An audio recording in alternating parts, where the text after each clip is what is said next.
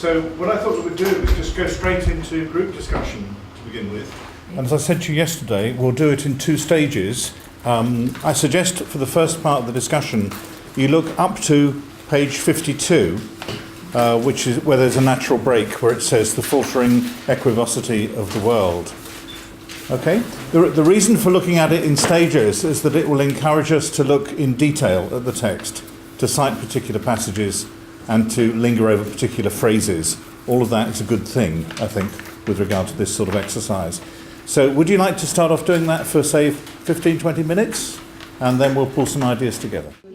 As others say, the way we speak means what we are. Yes. Yeah.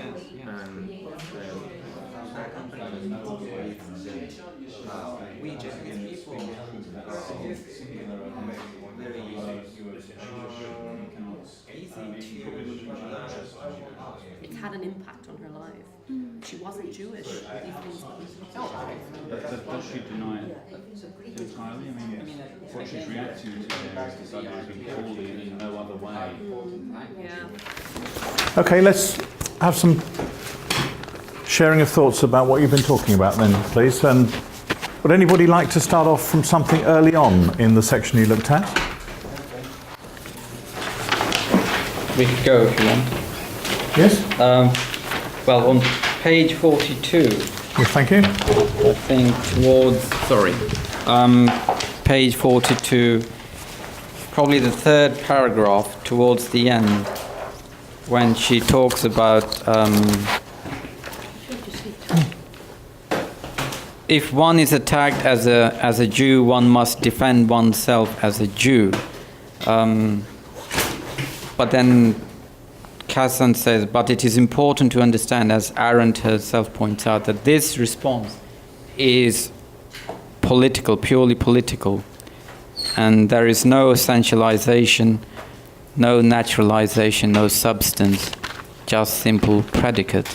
And I think I found that, well, the rest of us found that quite interesting, that maybe what she's saying is that when a particular part of you is attacked, that part is which is the most prominent, or becomes the most prominent, but it is not.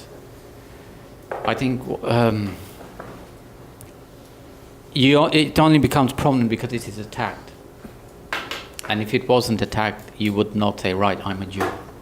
But it is an act of. It's a purely political thing to stand up for it rather than on any religious grounds, perhaps. Okay. It only becomes prominent when it's attacked.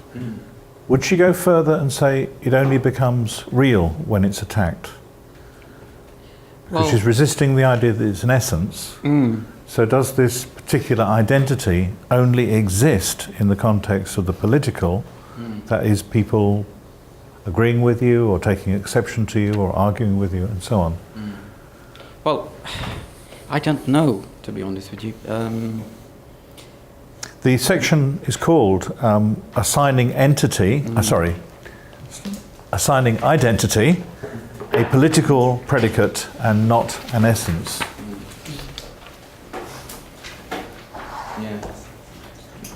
Okay. Does anybody want to pick up what Kassa's just been talking about? I believe, incidentally, that Barbara Kassa is half Jewish, I think. But both Barbara Kassa and Hannah Arendt say that they grew up, when they were small girls, not realizing they were Jewish. Jay, do you want to say something? We discussed also on page 42, or starting there, this distinction between the mother tongue and the land of the fathers. We're talking about identity, I suppose, and the way that language is perhaps distinct from these identities, and certainly something that she draws out. So she can occupy or be de-identified or identify herself with a variety of identities, but the mother tongue is, if you like, a fixed point for her. This may feed into what Kassa was saying about Jewish identity and the idea of politicization. Our conversation went in a slightly different direction, though. So I don't know if someone wants to talk more to Kassa's point, or whether I should move it into this discussion of language. Did anybody want to talk more about the political? Or shall I? Just go ahead, go on. We'll move it along. Well, it's not entirely unrelated, obviously. It's the same text. But one thing that we alighted upon is this idea that that language underpins thinking and underpins one's sense of self. But we noticed a tension on page 45.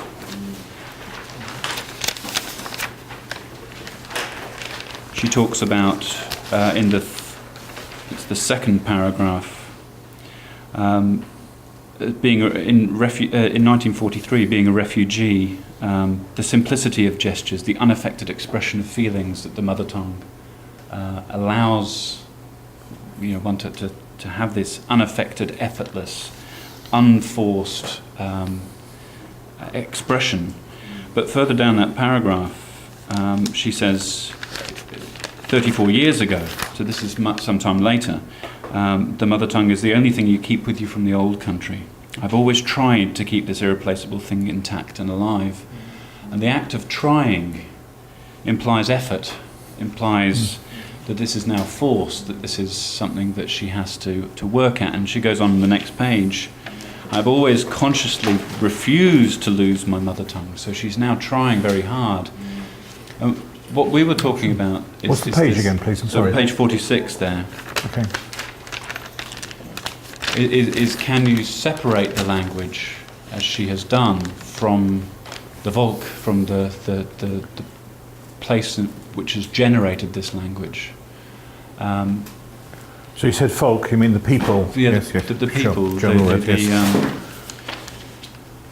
And we were questioning whether her project, if you like, was possible, that she could maintain this away from its source. We had the image of something with unplugged from the mains, as it were. It runs out of power if it's kept in isolation for too long. Did you want to talk about... I'm handing the microphone over. Is that your thinking? Yeah, I mean, I think this idea that the only thing she's taken with her is the language, I think is not honest. I think it's she's very consciously trying to separate herself from the state or the context that she grew up in, that she's been exiled from, and I think there's a sense that she's denying the sort of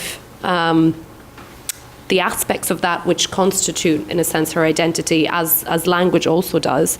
And I think, as Jay was saying, if you're making an effort to sort of keep the language alive, and it's no longer a sort of natural thing, because it's now been separated from the context in which not only it was first sort of spoken, or not only as the source of that language, but also as the place where the language is sort of unsaturated, or the language is evolving. It's almost as if the language becomes kind of abstract once it's taken out of the context.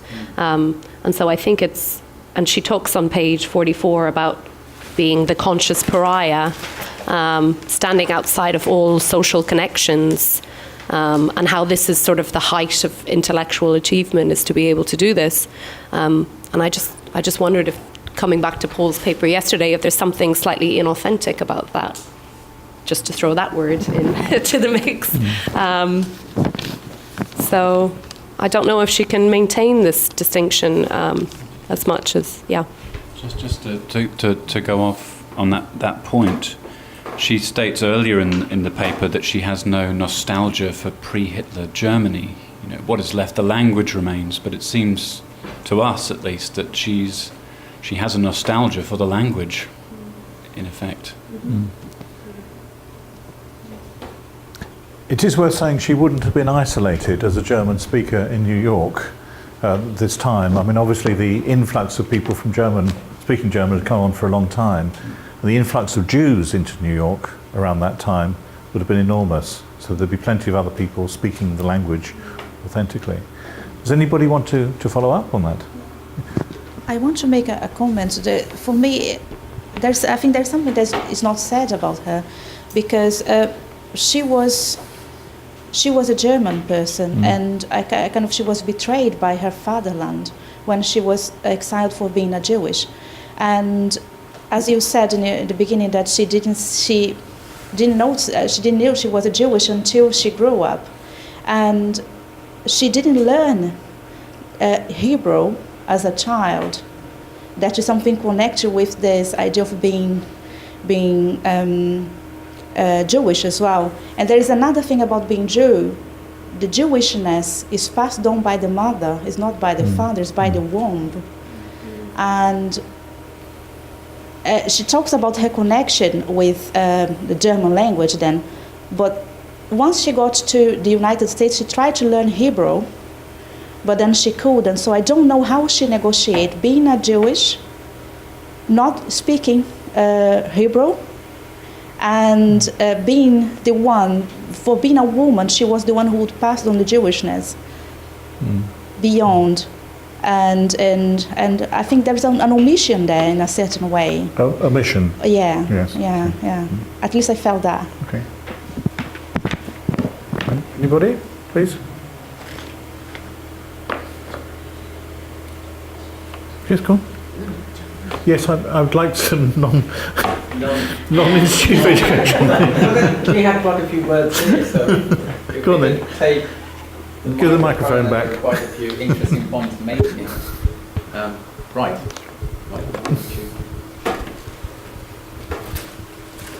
No. We discussed about the cliche. Cliche? Yeah, cliche. And I don't remember the in what how to say context that the argument comes to the topic of cliche, but we discussed about the what divide the what makes the division between cliche and non-cliche, and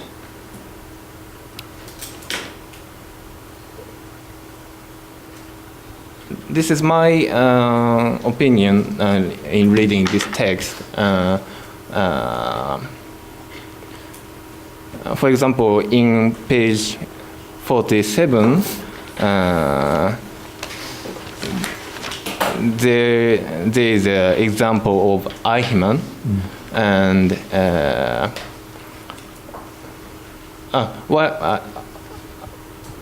I remembered why the discussion comes to about the division. Jeremy asked that maybe Jeremy or maybe what was there's a discussion that even in the mother tongue we can be fall into cliche. Absolutely. Yeah, and then the point come to the division, and I think what divides between the being falling into cliche or being take attitude against or resist toward toward cliche is, and the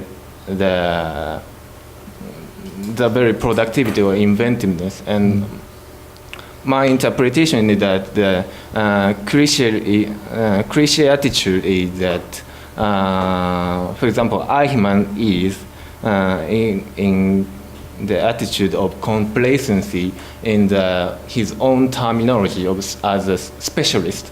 So he doesn't reflect his own way of speaking, his own terminology, his own perspective. Yes. And I think that's the point.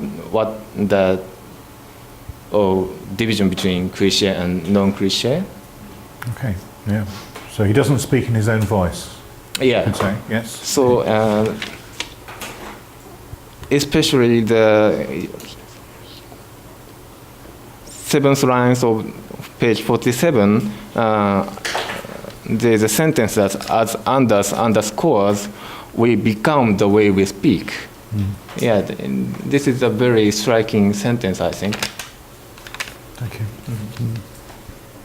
Anybody else to add something?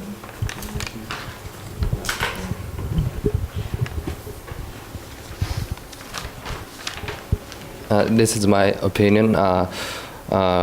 In page 46,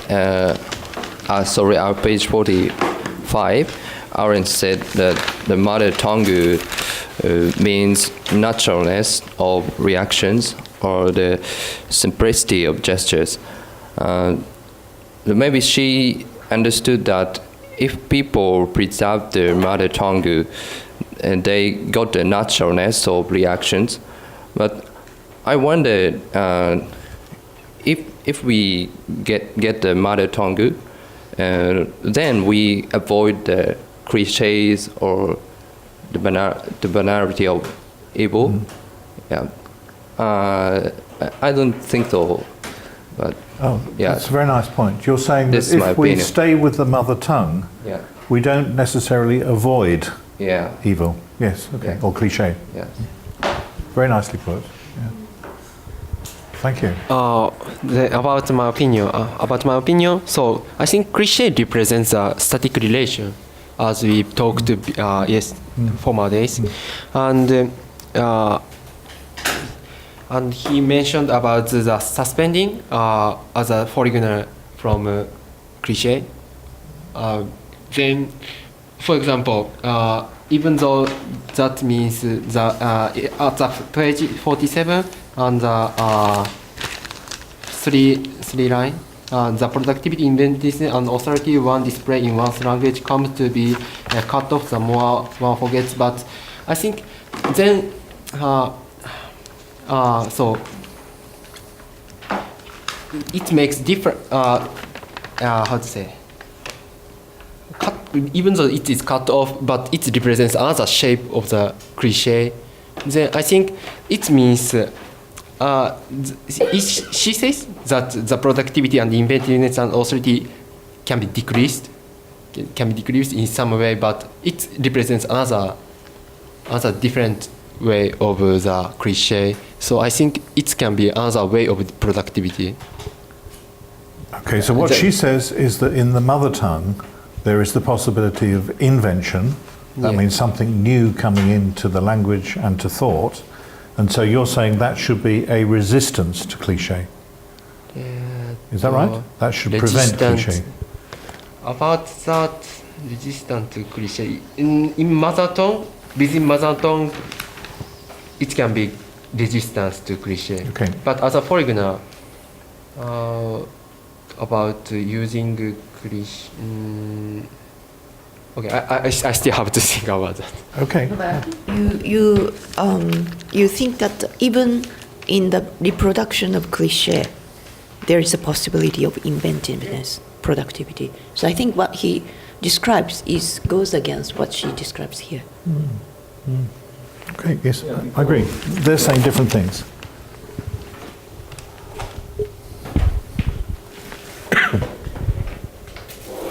Because we discussed, and especially Jeremy said, that when learning foreign language, we have to start from learning cliché. So yeah, that's the point. So, and that's why he mentioned about the possibility of going into into productivity from the state of cliché way state. Are you saying that the initiation into the mother tongue and the kind of pattern of cliché is the kind of condition for inventiveness, invention, productivity? Is that your point?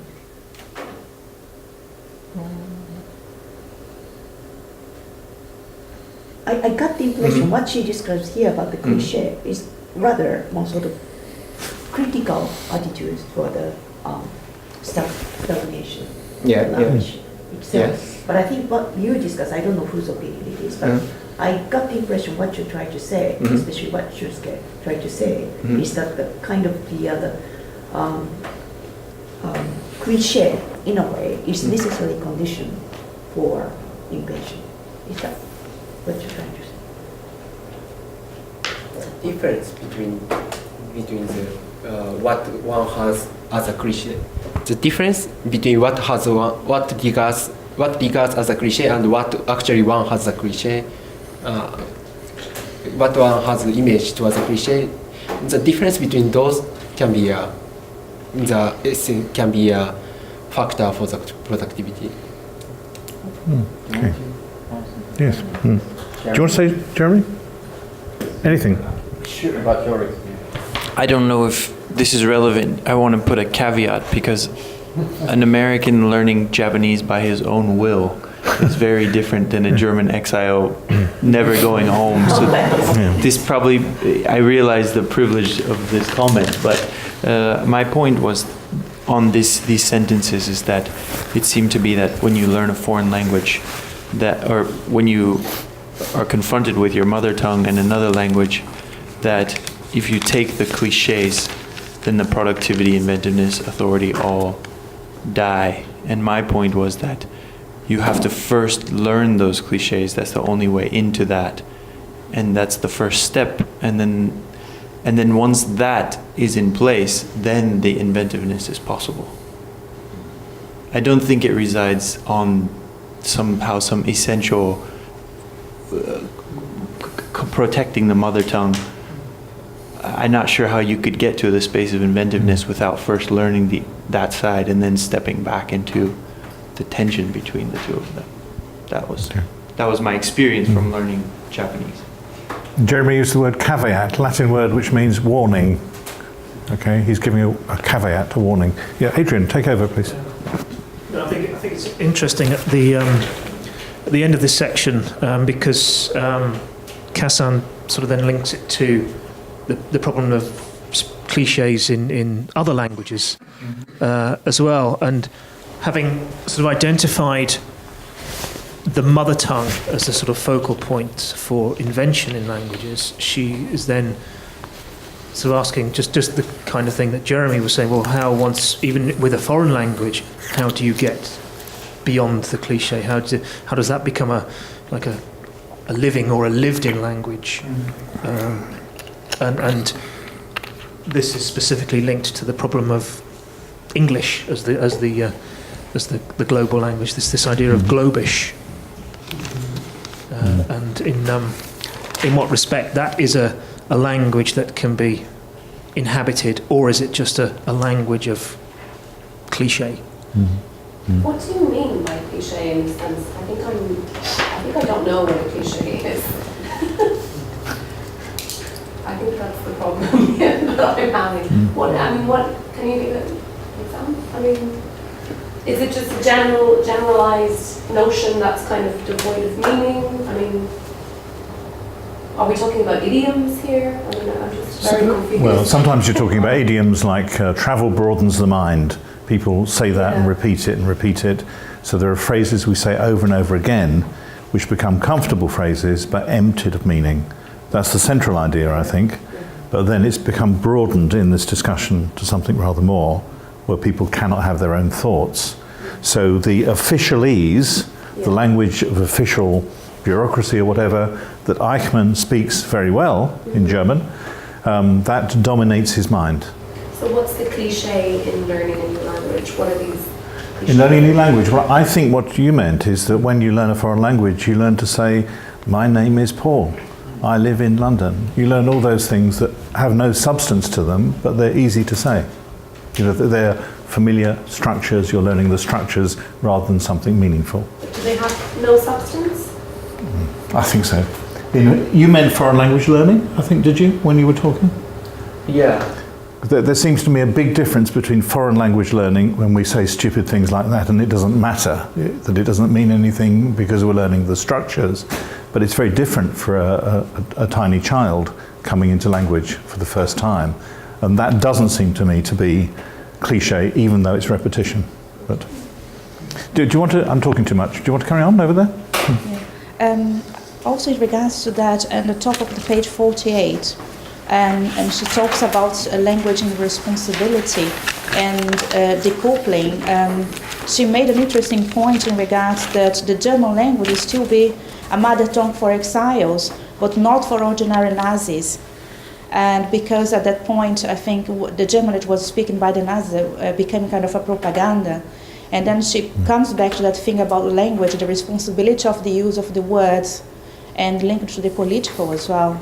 I think it's something related to the cliche as well, the responsibility in which we have when you use the words and the force and what they include, what they exclude. Yes. Mm-hmm. Yeah. Kensuke, do you want to speak? Yeah. Go on, sorry. I want to speak about the cliche. And I think we should distinguish the word cliche, the idea of cliche and the idea of mother tongue. Cliche is not, okay.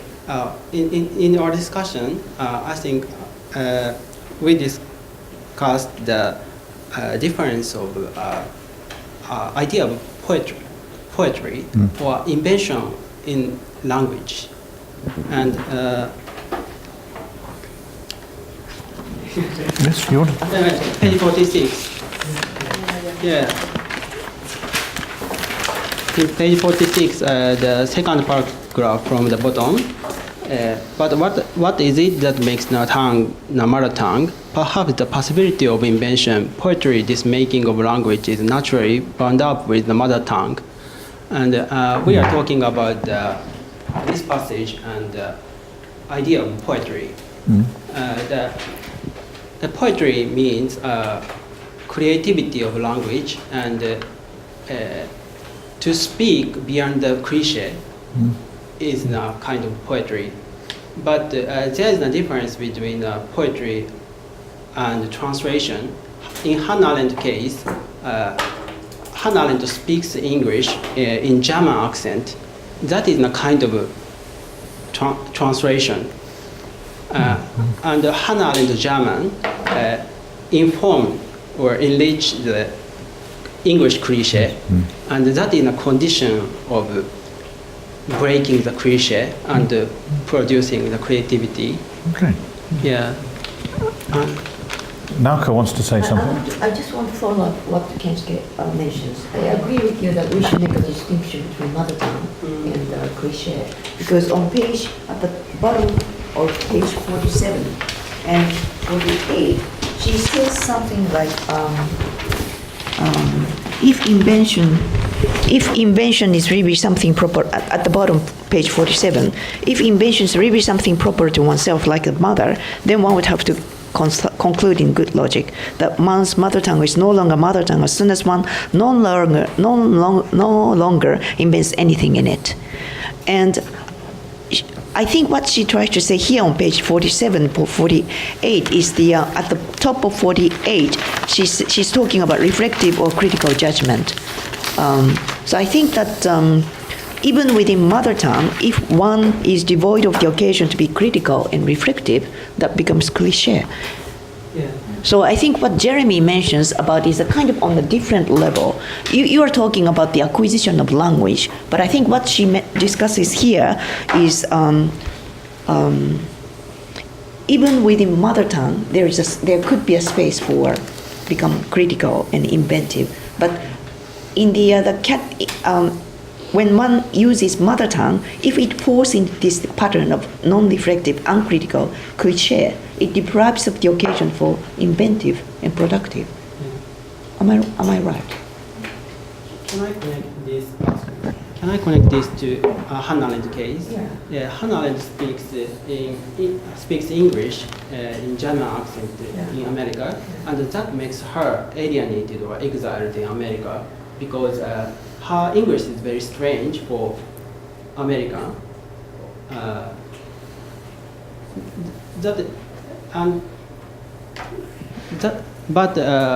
Hannah Arendt has already had such experience in German. Hannah Arendt was assimilated Jewish in German, speaks German, but Jewish people in German have a very exiled experience already in German because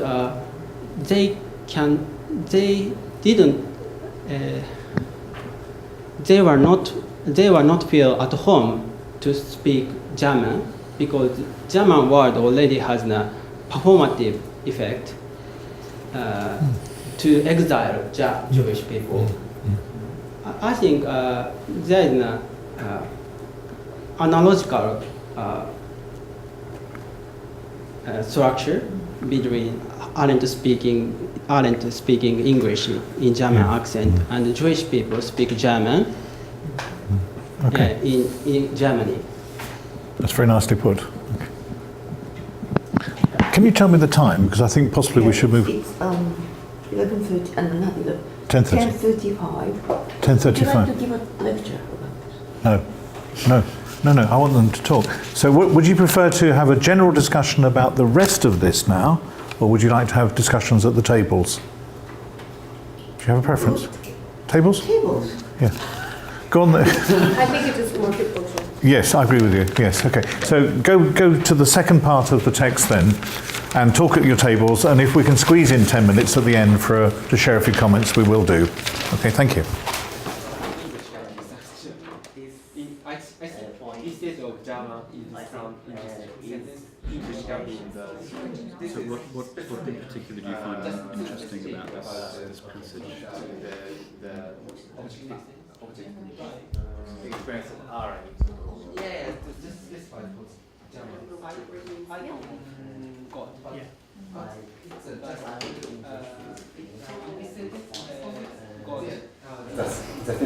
Okay, let's come together now then, please. Okay, so would someone like to start off just giving a comment from your table, something that came up that was interesting? Okay, who'd like to start off?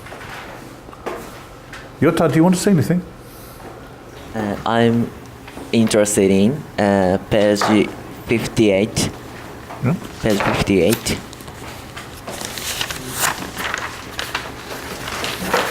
And the last of first paragraph.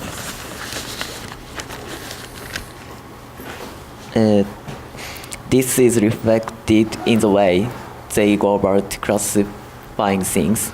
He thinks the difference between languages as a fact of synonymy and sees Arendt as a fact of homonymy.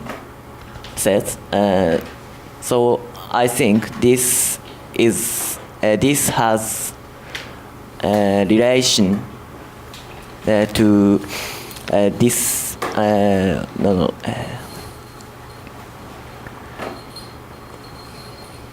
this the top line uniformization of equilibrity have connection this point.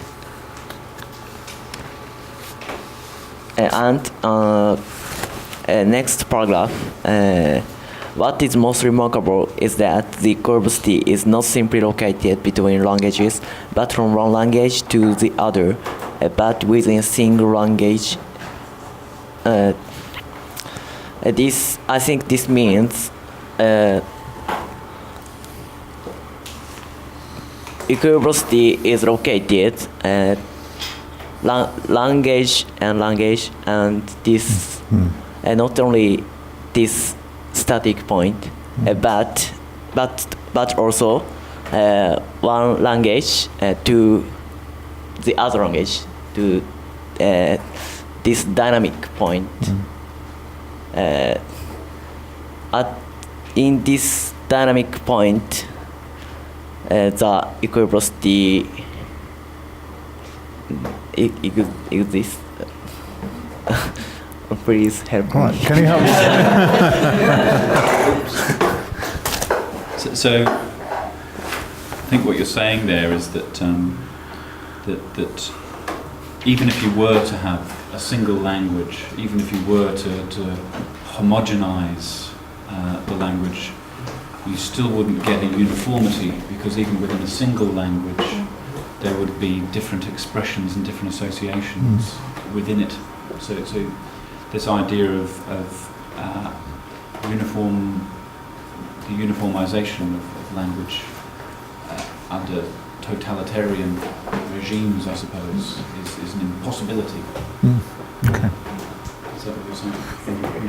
Thank you. That's a very interesting comment. We're going to go around quite quickly because of time.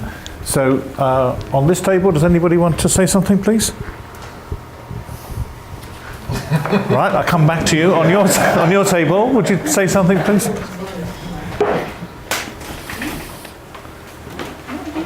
Try to be concise because we need to move forward now, so please go ahead. No pressure. If you don't have anything to say, it's okay. But right, okay. So, are you ready? In that case, would you like to say what you put on the board? No, I don't the way we use language are getting confused. So this is what I sort of try to summarize the structure. I'm not sure whether I'm correct, but we are talking about the mother tongue. I mean, the author is talking about the mother tongue like this, and then first she talks about cliché, propaganda. But I think what she tries to say is that there are multiple ways in which we can interact with language. So one way is this sort of relationship to propaganda and cliché, but another way is, like Kensuke said, the idea of translation and experience of exile. So this is a kind of part of the way one can interact with one's language. But I think that she also uses the term fatherland, and which it makes contrast to the kind of mother tongue. And I think what she is critical of is this kind of tendency toward the fixation of identity, nationalism, and in part, she's critical of Heidegger. So am I correct in understanding this way? So that's why I asked to this group that the way you mentioned about cliché is probably part of the one aspect of mother tongue, but I thought her focus is rather more on this side, the relationship to another way of relationship to language. Is this correct? Could I connect that with what Jota said? Because I think partly what you were referring to is that the space of translation opens within a language, which is a theme that you write about. So translation operates intralingually, not just interlingually, and that's very important. Okay. So I'm sorry we need to stop there in order to move on, but if you want to come back to some of these ideas later on, perhaps there will be an opportunity. And I think that, your presentation in some way related to what we discussed in the book. Issue identity. Yes, some aspects, yes.